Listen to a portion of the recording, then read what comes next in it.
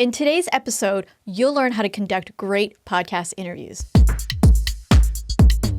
Welcome to Podcasting Q&A, where you'll learn the best tips and strategies to launch, grow, and monetize your podcast. Now, when you have a great interview, it's going to sound like an effortless conversation. You're interested in what your guest has to say, your guest is interested in what you have to say, and everything just really flows. So with that in mind, here are some tips on how you can conduct some great podcast interviews so that you'll give your listeners something worth listening to.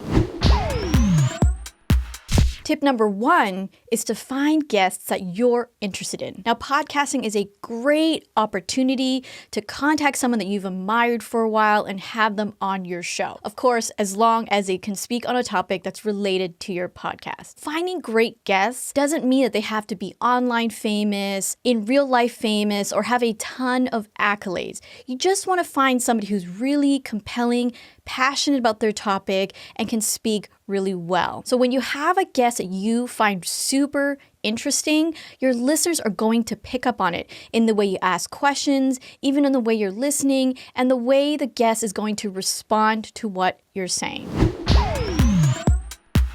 Tip number 2 is to do your research. Now, nothing turns a guest off more than a host who doesn't know anything about the guest. So do some really basic research, like go on that person's website and look at their About Me page, maybe their social media profiles. If they have done podcast interviews before, you can even listen to a few just to get a feel for what they really want to talk about and any questions that you may want to ask. Now, that being said, there is such a thing as over-researching. So if you do too much research, your conversations might start to get a bit rigid. Try to strike a balance between doing enough that you know something about the guest, but not enough so that you still remain curious about that person when you're asking them questions.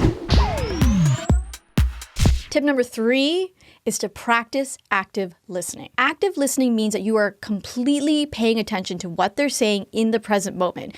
And if they're on camera, you're looking at them, you're really just focusing on what they're saying and nothing else. That way, you can pay attention to the guest. They know that you are really interested in what they're saying and that you can formulate questions on the fly if you need to. Now, if the guest is saying something really interesting that you want to get back to, make sure you have a notepad handy so you can scribble down some notes and then you can get back to it later. Tip number 4 is to keep your questions clear and direct. Now, there's a reason you invited this guest on, is to have them speak on topics that your listener and maybe you are really interested in. So making sure that your questions are really clear and concise, and maybe ones that they haven't heard 1,000 times before, is going to ensure that your guest is going to be more forthcoming with their answers.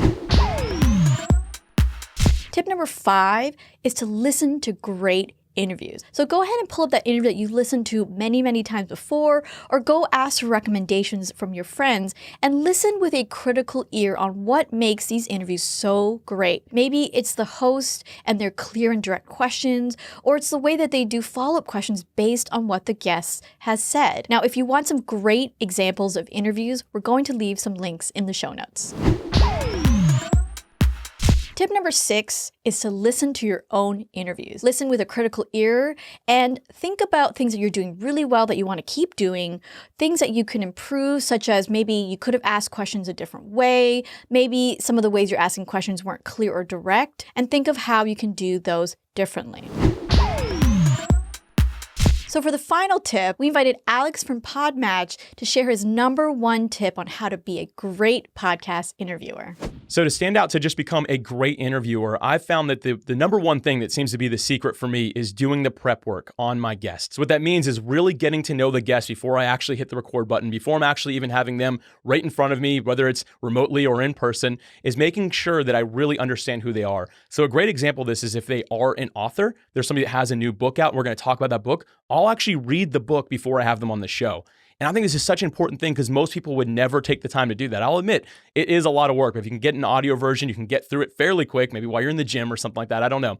But regardless, having that done ahead of time really makes you stand out as a host that's really interested in that guest. It shows that you care about what they're going to share. And I find that that really translates well to your audience because they're able to hear not just how well the guest talks, but how well you're able to make it flow because you have an idea of the direction. And when you're kind of bringing it all together right before you're going to hit record, the last thing that I always recommend to do is don't jump straight into the recording or saying, here's the 5 things we're going to cover. First, talk to the other person. Remember, it's 2 humans, right? It might be kind of nerve-wracking to be doing an interview with somebody, but if you can say, hey, I saw this picture of your kids on Instagram, or I saw this picture of you playing with your dog, and just mention that you enjoyed that. It really builds an immediate synergy and kind of calms the room, if you will, so that when you hit the record button, you feel like you actually know this person, you have some trust with them, and that translates really well for your audience to be able to hear as well. So this is my big tip, and this is something I've done on over 100 episodes of my own show, and I've heard some other podcasters do it that have me on their shows as well, and it seems to make a huge difference.